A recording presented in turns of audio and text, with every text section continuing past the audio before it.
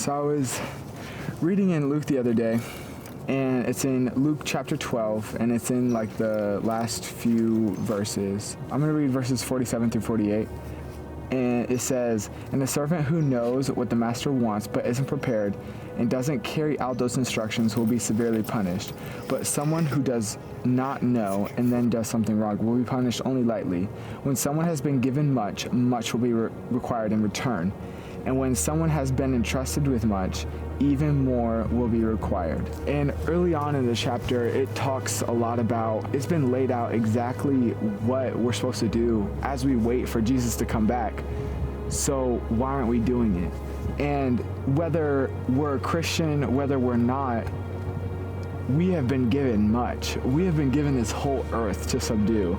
And in just the nature that is around us, we've been given so much. So much is required. And some of us have been entrusted with much. Early on in the chapter, it talks about how Jesus entrusts certain servants to take care of or shepherd the other servants. And if he comes back and realizes that they're not taken care of, they'll be thrown in with the unfaithful. And when it comes down to it, that's what he wants. He wants us to be faithful with what he's entrusted with us.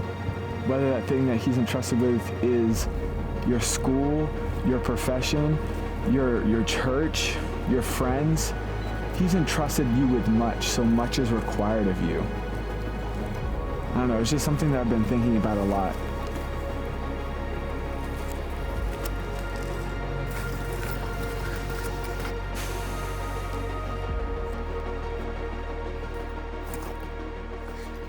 I can't stop thinking of that verse in Psalms where it says everything declares his glory and displays his glory. The sunset, the trees, just everything.